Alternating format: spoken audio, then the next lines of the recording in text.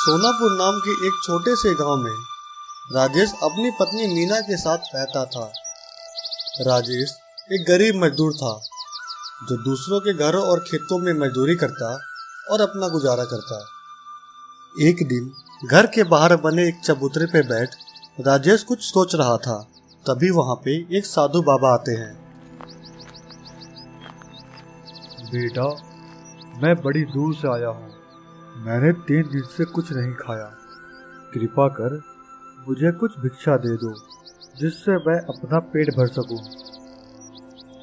प्रणाम बाबा, बस आप थोड़ी देर रुकिए, मैं अभी अंदर से कुछ लेके आता हूँ।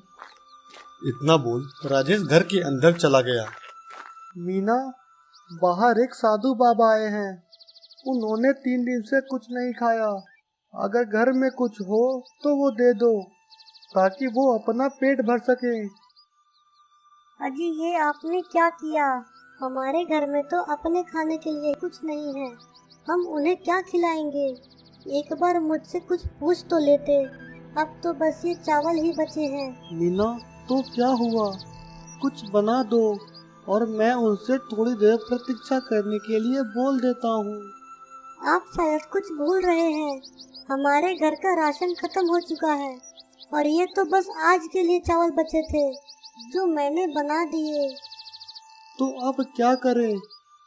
एक काम करो, जो है वही दे दो। उसके बाद राजेश ने वो सूखे चावल बाबा को दे दिए और बोला, बाबा, मुझे क्षमा कर दीजिए। मेरे घर का सारा राशन खत्म हो चुका है। अब तो बस यही सूखे चावल बचे हैं। कृपा कर इसी चावल को खा के अपना पेट भर लीजिए। बाबा ने चावल लिया और खुश होके खाने लगे और बोले, वाह बेटा, बहुत स्वादिष्ट भोजन था। इसे खा के मेरा पूरा पेट भर गया। साधु महाराज जाते वक्त राजेश से बोले, बेटा, तुमने एक भूखे का पेट भरा है। मैं तुम्हें आशीर्वाद देता हूँ। तुम्हें जो चाहिए तुम्हें उससे ज्यादा ही मिलेगा। राजेश को बाबा की ये बात समझ में नहीं आई।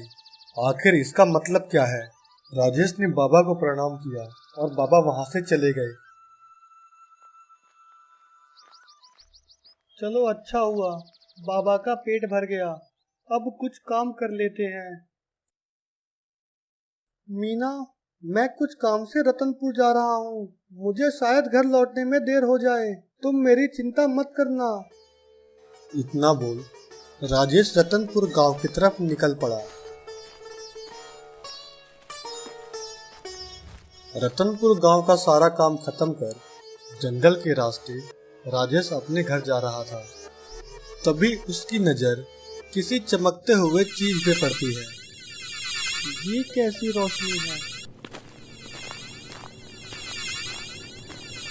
ये तो एक पत्थर है, लेकिन एक मामूली से पत्थर में इतनी चमक। एक काम करता हूँ, इसे अपने साथ घर लेके चला जाता हूँ। मीना देखेगी तो वो खुश भी होगी। राजेश घर की ओर जाने लगा।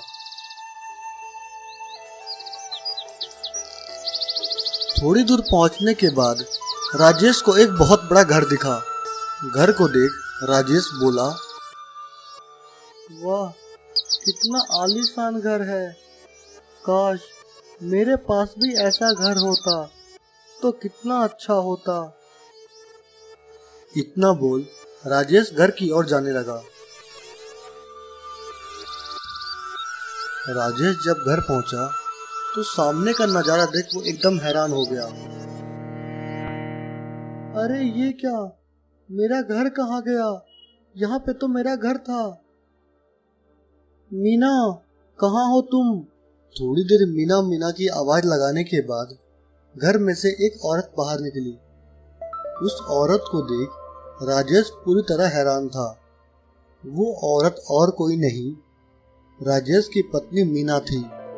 मीना को इतने सुंदर कपड़ों में देख राजेश बोला, मीना, ये सब क्या है? इतने नए कपड़े और ये इतने कीमती गहने तुम्हारे पास कहाँ से? ये सब किसने दिए और हमारा घर कहाँ गया? मुझे कुछ नहीं पता, मैं तो सो रही थी। जब आपने आवाज लगाई मेरी तो तभी नींद खुली। मीना और कुछ बोल पाती उससे पहले ही राजेश जो पत्थर जंगल से लेके आया था वो वापिस से चमकने लगा। ये सब हो क्या रहा है? और अब ये चमकता हुआ पत्थर, मीना कहीं हम किसी मुसीबत में तो नहीं फंस गए? जरूर ये सब इस चमकते हुए पत्थर की वजह से हो रहा है। मैं अभी इसे वापस वहीं फेंक के आता हूँ जहाँ से मैं इसे लाया था। राजेश जंगल की तरफ जाने ही वाला था, तभी वहाँ पे साधु बाबा आते हैं। बाबा आप यहाँ अब सही वक्त पे आए हैं, ये देखिए। रुको बेटा, जिसे तुम मुसीबत समझ रहे हो वो तुम्हारी मेहनत और नेकी का फल है। ये कोई आम पत्थर नहीं, ये एक चमत्कारी पत्थर है जिसे मैंने तुम्हें खुश होके आशीर्वाद के तौर पे दिया है। इस पत्थर की मदद से तुम जो चाहो वो कर सकते हो। ये घर, सोने चांदी और जेवरात, ये सब कुछ तुम्हें इस चमत्कारी पत्थर की मदद से मिला है। इसे अपने हाथ में लेके जो भी कोई इच्छा रखोगे वो तुम्हारी इच्छा पूरी हो जाएगी। ये सब देख राजेश बहुत खुश हुआ।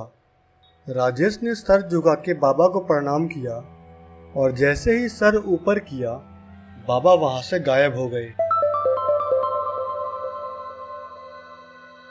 कुछ महीने बीतने के बाद राजेश चमत्कारी पत्थर होने के बावजूद भी मजदूरी करता और कभी बहुत ज़रूरत पड़ने के बाद ही उस पत्थर का इस्तेमाल करता।